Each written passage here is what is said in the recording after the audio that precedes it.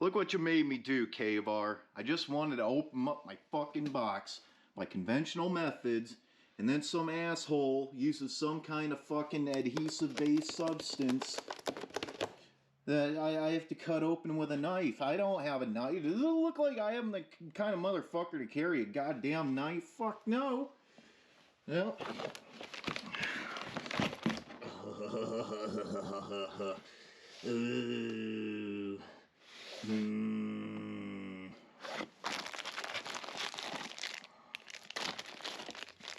Well, we got us a casualty, boys. Call up the 800 number. She fucked. Oh, she's fucked. How am I gonna fucking flip this on Goy Broker for fucking $4,000 now? God damn it. Let's see, got a sling. Cool. Cuck. 20 round. Fagazine. Clean kit. Manual didn't get damaged. There we go. That'll get me at least $3,500 on the flip. Yeehaw! Well, shit, ladies and gentlemen, it's been a while since this old man's made him a video. And I figured since, well, the last couple of gun reviews I've done, particularly the AR, have done so well. I mean, just an absolute outpouring of love and affection from a whole bunch of different people, particularly the boomers. I think one of the videos is up to, I don't know, 60% like ratio, so I got that going for me. That's pretty fucking nice. It's always humorous to me how you'll see older dudes, usually in their late 30s, early 40s, they'll comment on my videos and complain about language and shit like that. It's evident to me that they haven't been around YouTube since the early days, like us old fags. Just look at comments like this. Comments that would get you sent to the fucking shadow realm if you made these comments today. And many of the comments on my videos that I get notifications for, they end up disappearing, and that fucking pisses me off because they're epic fucking comments and they just get deleted by YouTube's jackbooted fucking algorithm. And it's always humorous to think that all these assholes that complain about this shit, just think about how they would have reacted to these old comments back in the old days. They would have had a fucking heart attack like they're having right now. But that's all fine, you know, water under the bridge. I get it. Not everybody likes the shit that I put out, and that's fine. I have my own niche. I have my own little audience, and that's cool. I respect that. And to the guys that are actually cool, to the guys that have been around for a while and know my shenanigans and the way that I conduct myself, you know, that's cool. I appreciate you guys sticking around. I am aware that I'm not the #1 fucking review channel on YouTube. That's okay with me. I don't wish to be, don't want to be sponsored, don't want to have to deal with fucking monetization and bullshit like that. I do want to show you off a neat little piece of hardware that I've gotten. You may have noticed it on the fucking table. So let's talk about this guy. I got this guy, I want to say 3 weeks ago. I wanted to put a couple hundred rounds through it before I done an actual half-ass review on it.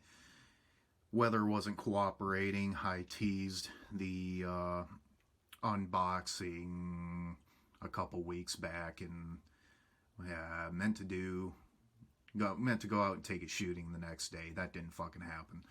It was just rainy, snowy, and miserable, and so I had to put that off for a little bit. I have been wanting a Kalashnikov rifle from the likes of Arsenal for a very long time now, and I toyed around with the idea of getting one of their older models, pre-bans, like the, well, what the fuck is it, the SA93. I think that's the middle 7.62 variant, has the, that thumb hole stock. Contemplate getting one of those. The problem is with the rampant fucking kikery that's been happening up in the White House and Congress with domestic, or not domestic, the opposite, foreign import AKs, particularly Arsenal and Vepr, all the ones that were coming out of Russia. Those have been getting fucked over recently. Ammo production has been getting fucked over. Of course, 5.45 guys like myself, we've been fucked over for years. We're kind of used to this, but I wanted an AK that I can get ammunition readily available, and since the obviously the 7.62, well, the Russian ammo ban in general, I figured this was my best option. So this is an Arsenal SAM5, and this is not a 5.45 rifle. This is a 5.56 rifle, which is very, very good because I already have a couple thousand rounds of 5.56 in my repertoire. And obviously, since the ammo ban has gone into effect, I think it would have been a very wise decision of me to pick up a rifle in a caliber that I can pretty easily get domestically. Obviously, 50 cents a round is not feasible for some people, the poors, but I figure if there is a ban, an all-out ban on ammunition coming from the ex-Soviet bloc countries that's cheap and what such, this was going to fill that niche quite nicely. So, just a couple of days ago, I did end up taking this rifle out. Gave her a little bit of a run through, not like a 1,000 round test. I haven't gotten that done yet because I'm working with this guy right here. Got more mags coming for it soon. That won't be an issue in the future, but right now I just don't have the capacity to sit there and reload and reload and reload the same fucking plastic fucking magazine over and over and over again. It's just not something I want to do. But I did get a couple hundred rounds through it, and I wanted to go over that fucking sling swivel, man. Just fucking a guy. So I want to take you over what I like about it, and one thing that I kind of don't, which is gonna piss off some people. So here we go. Oh, and of course, before we take this thing apart, we gotta safety check it. So classic safety check. All right, gun didn't go off. It's safe. So let's take her down. So for starters, we got I got the Cool Guy Gray edition. It's got the gray stock set and everything. This was the last. This is the last SAM5 that KVAR had on their website that wasn't in their stupid fucking boomer inner circle bullshit program. Which I'm fine with it. I don't think it's actually all that bad looking. I would like to have some wood on this at some point. So, take this all out.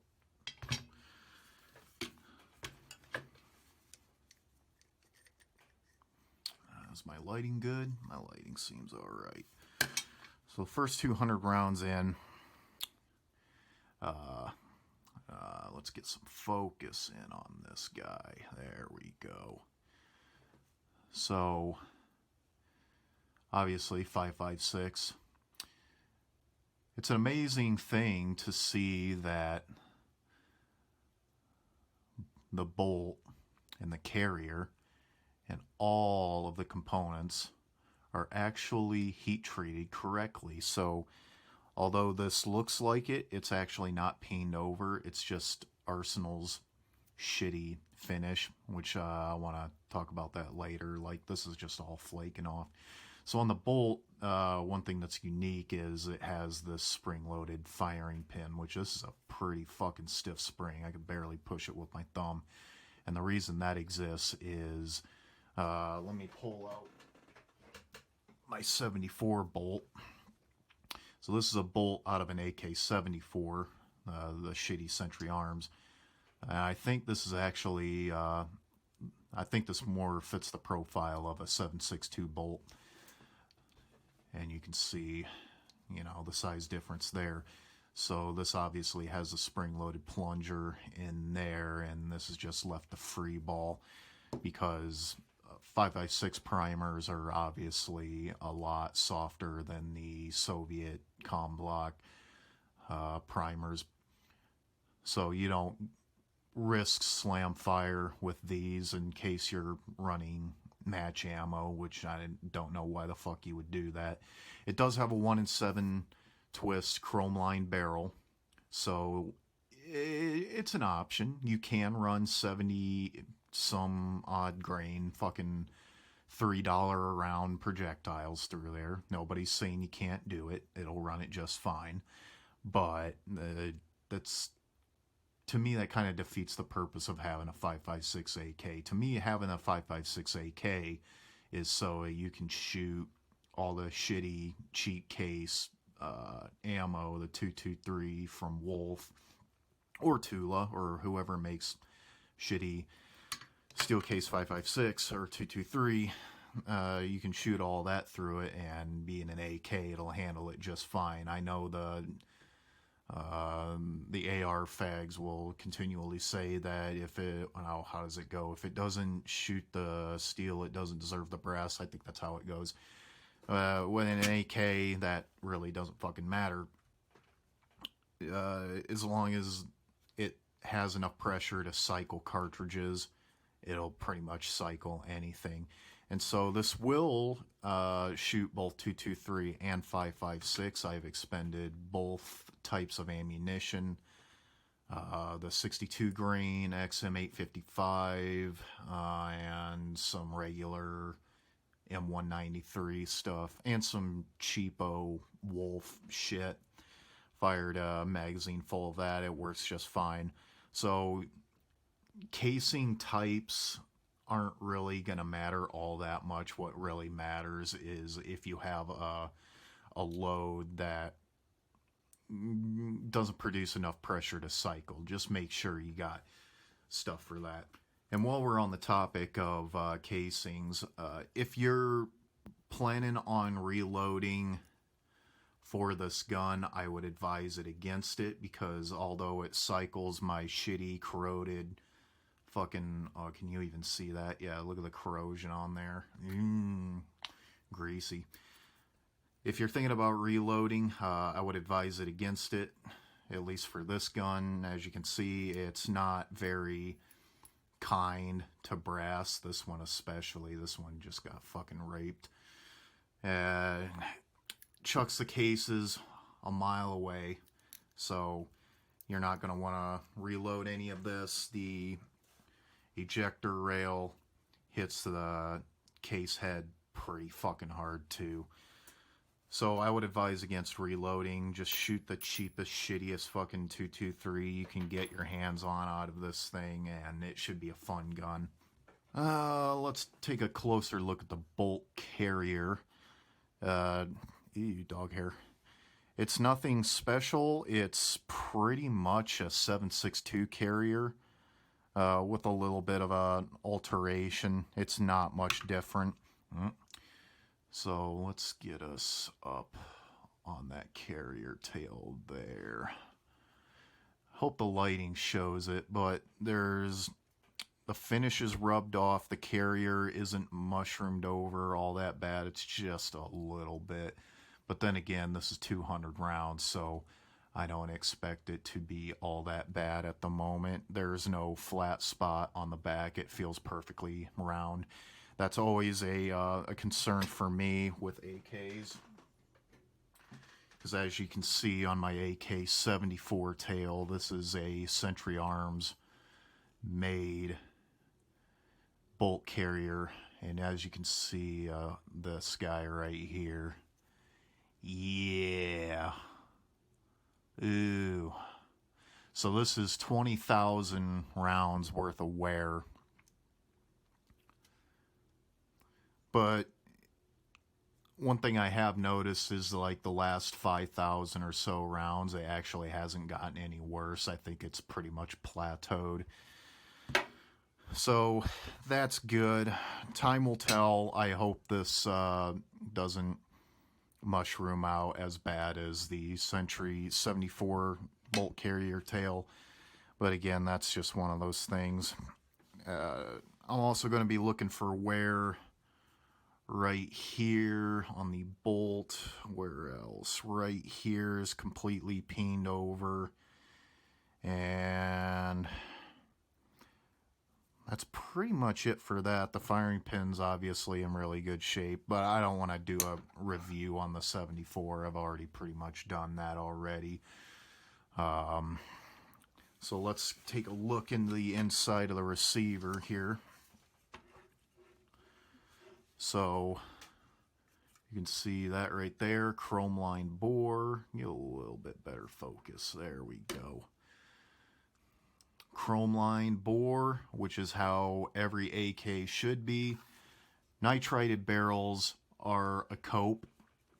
I know I'm going to piss somebody off by saying that. I pissed off multiple people by saying that. But if you have an AK and it does not have a chrome line bore, it's going to shit out on you after 10,000 or so rounds. That's just that's the fact of the matter.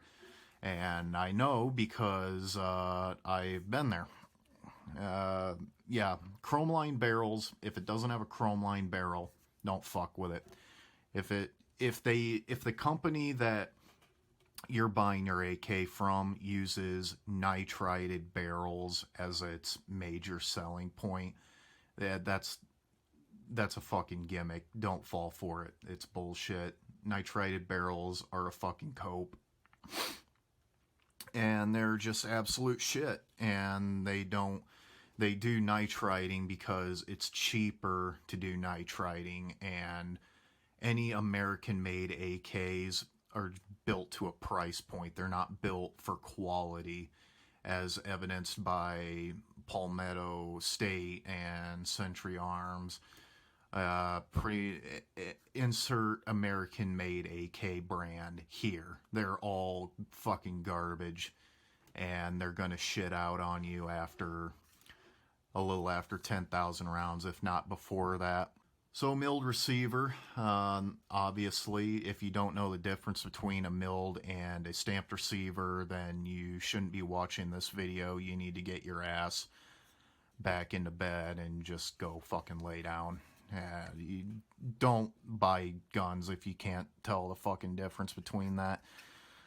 And it's obviously a little bit heavier than the stamped guns, but again, it's heavier by like not that much. If you're carrying a gun and weight is a determinant factor, as in like if you can't carry a fucking milled gun, you have to carry around a stamped gun because all milled guns, oh, they're so fucking heavy. Stop. Go touch some fucking iron and reevaluate your life. And that's all I'm going to fucking say about that. This gun is not that heavy. Your granddaddy probably carried around a fucking BAR in World War II and he's fine. He ain't worse for wear. So I don't know how I got off on that tangent, but let's continue on with the receiver. So all milled components, a little bit of wear right there. That's completely fucking normal. A little bit of finish wearing off on the locking lug right there. It's not peened over, which I've seen on every single American-made AK has. It's all fucking deformed and everything. Yeah, I think it's Palmetto State that also states that they cut a fuck, what do you even call it? They cut a semicircular portion into this end of the trunnion to compensate for that, which they actually say that's a feature. Yeah, that's fucking ass. Yeah, so no, like, obvious wear on the trunnion and the locking lugs, which is to be expected of an Arsenal and a gun that I paid fucking $2,000 for. Trigger group, it's high quality, however, it's the FIME branded trigger, which they claim reduces trigger slap, and it does. That's absolutely the case. It does reduce trigger slap, but it's fucking creepy. Not as in weird or whatever, but it's got a lot of like drag to it. You're gonna want to either reprofile this trigger and polish the contacting parts, or just bite the bullet and replace it with an ALG. That's what I'm gonna do. It's not unusable. It works, but this is a 10-pound trigger, and she'll let you know it. So, stock is a dual tang stock. So, if you're wanting to put like an ace block in the back for one of their side folders, that's completely impossible. I wish Arsenal came out with the SAM5 SF, like they've done for a couple of other militaries you've seen, or you will see. So, the same kind of stock you'll see on a SAM7 SF, they put it on the SAM5 that folds to this side. I probably will be buying one of those on the spot when they come out with one. If they come out with one, I don't know. Arsenal is pretty much the H and K of the HK or the AK world. They just I don't want to get into that. Typical AK side rail. Yeah, not much to say. US made furniture, which is not bad. It's got the butt plug in the rear, and that's pretty much all there is to say about that. Front sight block. And get some more focus up on this bitch. So it has the D block here. Oh, come on now. Cooperate. Yeah, it has the D sight block here. Or sight leaf, rather. Yeah, I think that's Chinese. I think the D is Chinese. Don't quote me on that. I could be absolutely wrong. But it's interesting. I think most of the other sight blocks I've ever seen come out of Arsenal is with an N, or like a Cyrillic N shaped dealio. Yeah, this is a D. Not a deal breaker, obviously. It's just, I'm guessing they were just using whatever leftover sight leaves they have. Nothing wrong with that. Doesn't come finished. It's Parkerized? I don't know. It's there. It works. And unlike most other AKs, the sights, whoopsie daisy, the sights on the Arsenal are not canted, and you don't have to adjust the fucking front sight all the way to one side to where it's touching either sight protector tab.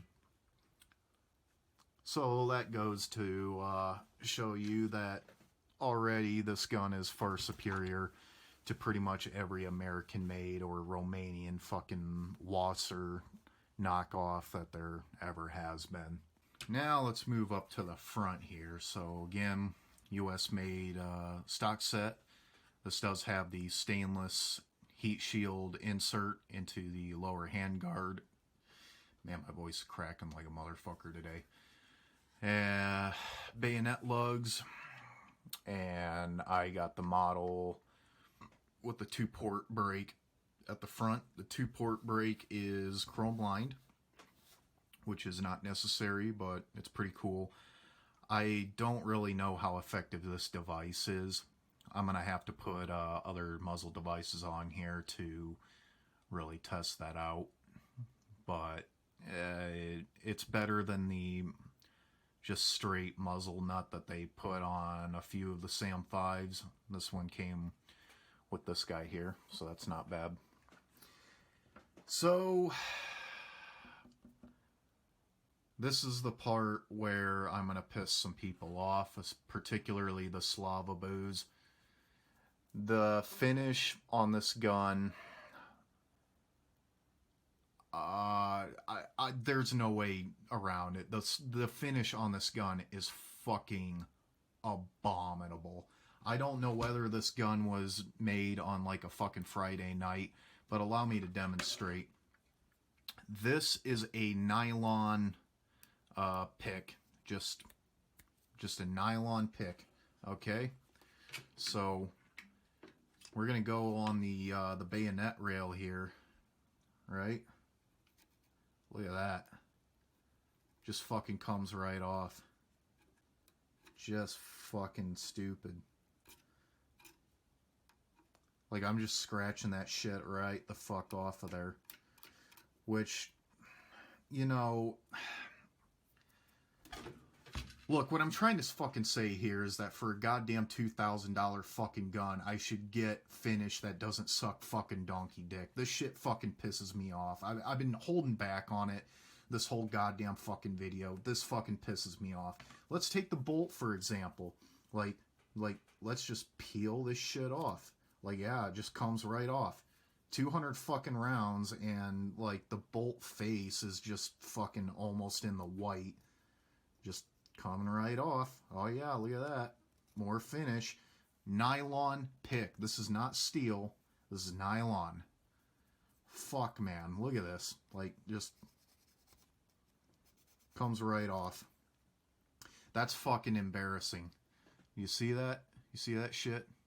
Yeah, that's fucking bullshit. This is a Century Arms bolt that has 20,000 rounds through it. And it's very worn, but at least the finish doesn't come off with the fucking nylon pick.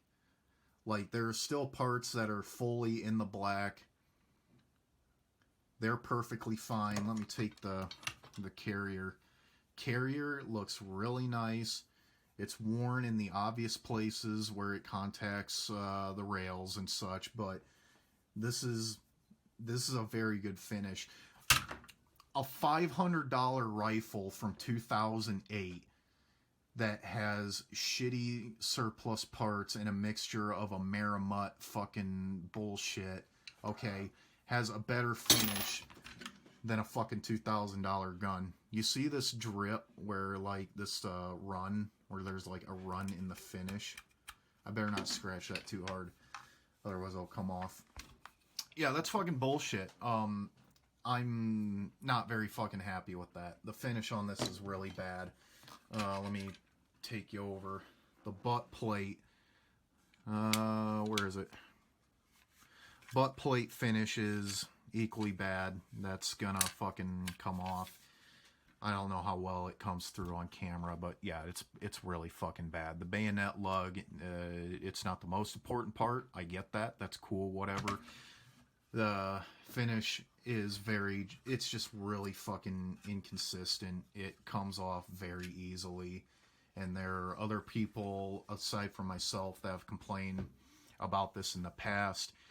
The Arsenal guns have pretty much always had this fucking problem. I don't fucking know why. Like, a bunch of fucking gypsy fucking retards from Romania can make a gun with better finish than a $2,000 fucking gun made by Bulgarian fucking Giga Chads. I don't... Do I sound like I'm complaining about stupid bullshit? If I do, then, you know, by all rights, let me off down in the fucking shit-talking section. Which, you know, is probably going to happen anyway. I don't know. But other than that, yep, I'm pretty fucking happy with this. I'm gonna put an RS regulate on the side rail here whenever those come out of being perpetually out of stock. Yeah, RS regulate, that's another thing all on its own. It is just perpetually being fucking out of stock all the fucking time. Every time I get an in-stock email and an in-stock alert, like, oh, we got more of the RS regulate, blah, blah, blah. Oh, cool. Let me go buy one. Not in stock.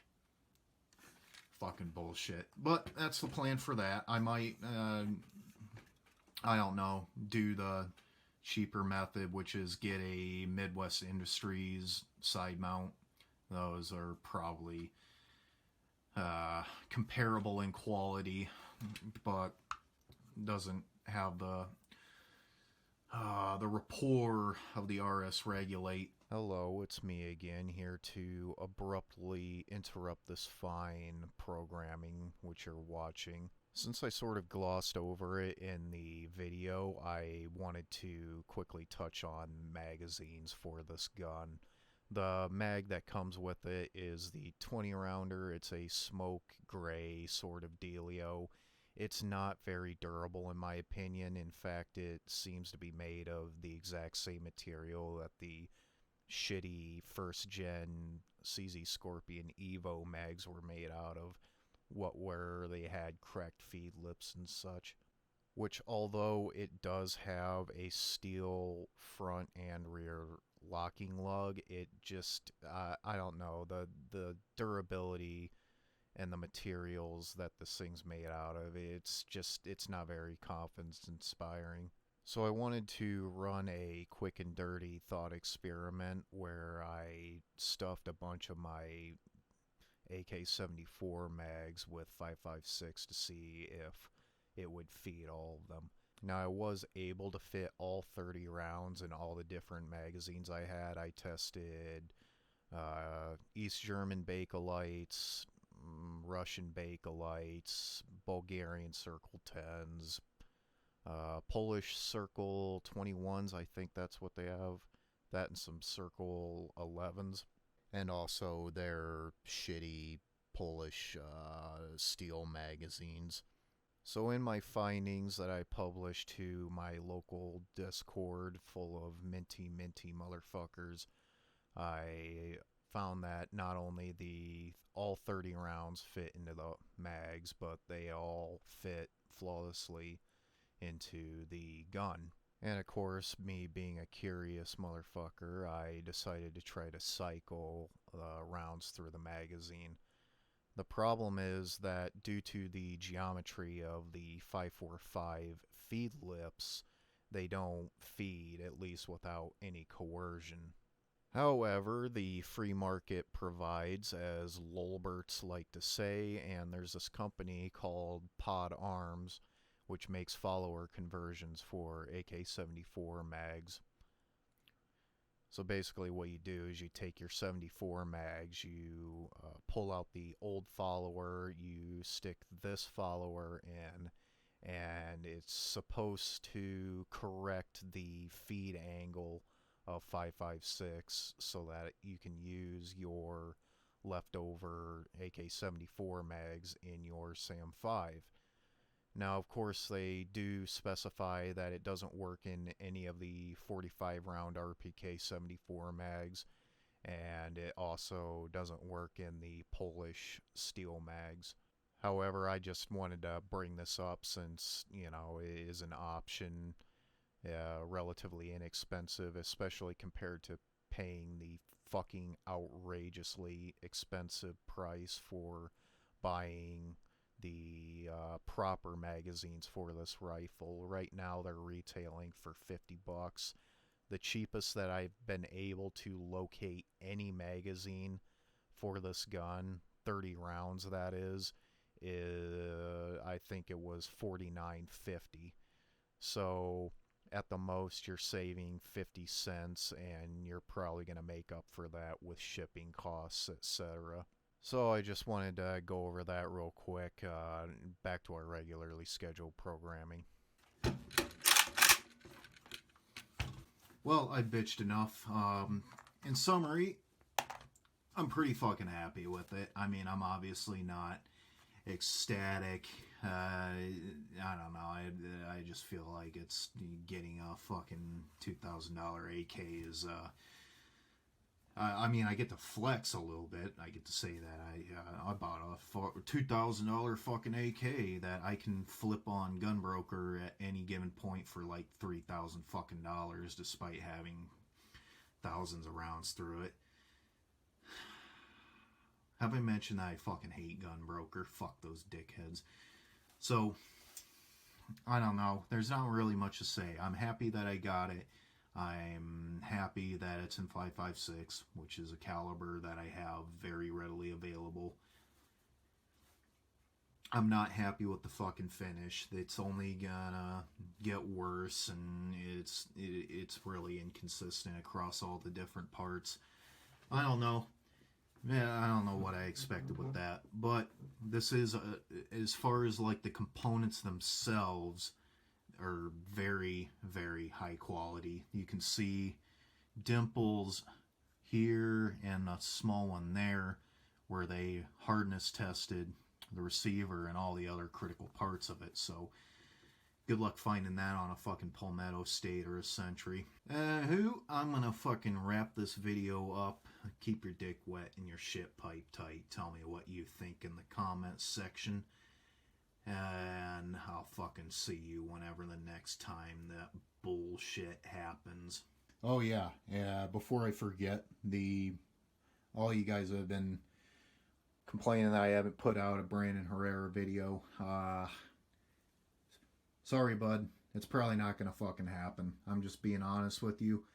I've got a lot of shit going on in my life right now. I got bigger fish to fry. I'm slowly making improvements to everything that I got, and that's just that's the way the fucking cookie crumbles, bud. But just let it be known, I don't have a favorable opinion toward all the big fucking newer gun channels that have fucking sprung up out of the woodwork for the last like 5 or some odd years. Like, did you even know where Brandon Herrera or like Kentucky Ballistics or all these other fucking faggots came from? I don't remember them. They just kind of came out of fucking nowhere, and they're all shit. They all are like, oh, we gotta thank the sponsor of today's video. We gotta thank the sponsor. Bud, let me fucking tell you something. If your whole entire fucking channel revolves around shooting fucking vegetables, fruit, and fucking seeing what kind of stupid fucking gay ass shit a 50 BMG can go through, you're no channel that I want to watch, dude. I'm just being completely honest. And these channels are a dime a dozen, and they get all the views. And it's natural for me to want to be like pretty fucking pissed off about that, but in the end, I'm happy with what I got. I just passed 1,000 subs not too fucking long ago. Thanks a whole fuckload for all you guys that have been there for the beginning, or from the beginning, and still continue to put up with my stupid fucking dumb ass and all my stupid fucking shit and my filthy fucking mouth. Fuck yeah, you guys are fucking mint. I appreciate you. And that's pretty much how I feel about this whole scenario. Alright, I'm fucking gone. This has been way too long.